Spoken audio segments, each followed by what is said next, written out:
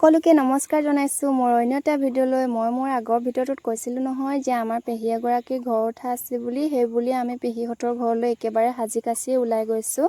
আৰু এই ভিডিঅ'টো পিছে যোৱাকালিৰে হয় দেই। যোৱাকালি পেহীহঁতৰ ঘৰৰ পৰা আহি ইমানে ভাগৰ লাগিলে যে ভিডিঅ' এডিট কৰি মেলি আপোনালোকৰ আগত দিব নোৱাৰিলোঁ। আৰু মোক কেনেকুৱা লাগিছে জনাব দেই। আমিও পেহীহঁতৰ ঘৰ পালোঁগৈ, পায়ে মানুহবোৰো লাহে লাহে আহিছে আৰু এয়া গাঁৱৰ মানুহবোৰ লাহে লাহে আহিছে। তাৰ পাছত দৰাঘৰ ফালৰ পৰাও পালেহি মানুহ।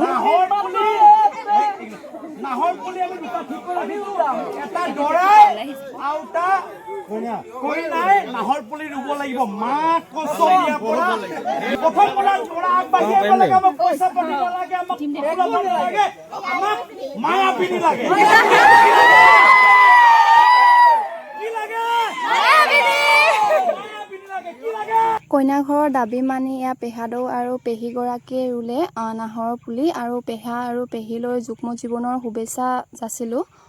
তাৰ পাছত আমাৰ দ্বিতীয়টো দাবী আছিলে যে পেহাদৌজনে গাব লাগিব মায়াবিনী, আৰু পেহাদৌৱে গালে